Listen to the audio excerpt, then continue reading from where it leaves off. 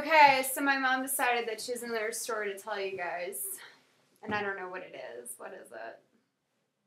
Well, it is the story about the time that I went to go pick you up from a concert at Alewife. Oh, the Bloodhound Gang. Right. Well, from Matt Bach. Molly went. Who did you go with? Matt Bach. Matt Bach. Okay. How's Matt? Are you in touch with him? No, he's not even on Facebook. Really? Wow. Yeah. Okay. Really off the grid. Molly was going to a show, and I've always trusted Molly, so I never really. I guess I don't know. I have to admit, I didn't even ask what show she was going to. I thought it was great that she was into rock and alternative music, and I just let her roll with that. And I remember they were coming in. Was it at the Gardens or something, or was No, it was at Access. Access. Okay, so Access. It wasn't on Lansdowne, yeah. On Lansdowne, so Access it wasn't even a huge venue. No, it was a venue of 300 people. I saw so many boobs that night. Really? Yeah, because that CD that they had, that album, was called Hooray for Boobies. So it was this British band called A, okay. And then a hardcore band called Isabel's Gift, and then Nerf Herder, and then Bloodhound Gang.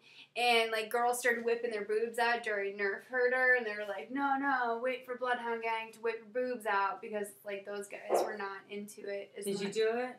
Me? Yeah. No, Mom. All right. No, I didn't. Did not have. I had less boobs then I do now. If that's even. Which isn't always a point, because that can be quite lovely in itself.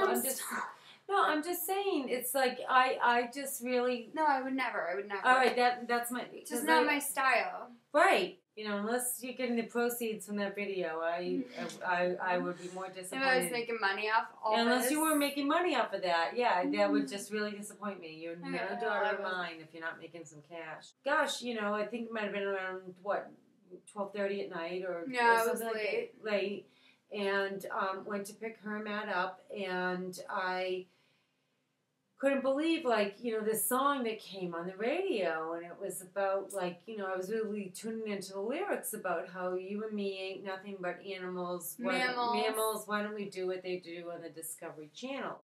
And I'm listening to that, and I'm thinking, oh my God, that's hysterical, but it's also, totally, just... A little bit much. Drive into the station, and I go pick Molly and Matt up, and I'm like, hey, kids, want some fries? And they're like, okay. So, everyone needs snacks after a show. I happened to say that I had heard this crazy song on my way into picking you up. Clueless. I just died because Molly told me that was the show. I was like, Mom, yeah, that's where I just was. That's where I just was. I was dying because I couldn't have been more proud, but I couldn't have been more embarrassed and out of touch, and I felt very vulnerable at the moment, but also really psyched that my kid was so cutting edge at the same time, because I've always been really cutting edge. Well, I also thought I was off the hook about the Facts of Life thing, because What Facts of Life thing? Mammals, and they're doing it like they do it on the Discovery Channel. What do you mean you felt like you were off the hook because of that?